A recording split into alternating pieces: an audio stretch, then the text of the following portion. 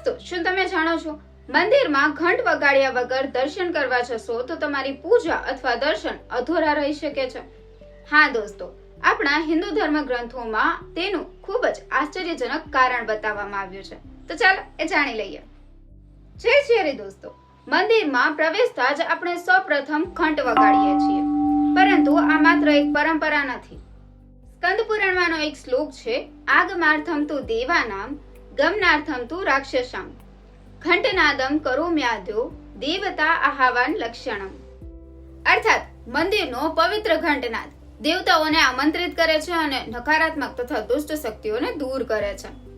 ધર્મગ્રંથો અનુસાર ઘંટનો પવિત્ર નાદ મનની ચંચળતાને દૂર કરીને ભગવાનમાં એકાગ્રતા લાવે છે. તેથી જ દરેક દર્શન અથવા પૂજાની શરૂઆત ઘંટ વગાડવાથી થાય છે. તો દોસ્તો, હવે જ્યારે પણ મંદિરે જાઓ તો માત્ર ઘંટ વગાડશો નહીં, પરંતુ એ ભાવથી વગાડશો કે હે પ્રભુ, મારા મનમાંથી પણ દરેક નેગેટિવિટી દૂર કરો.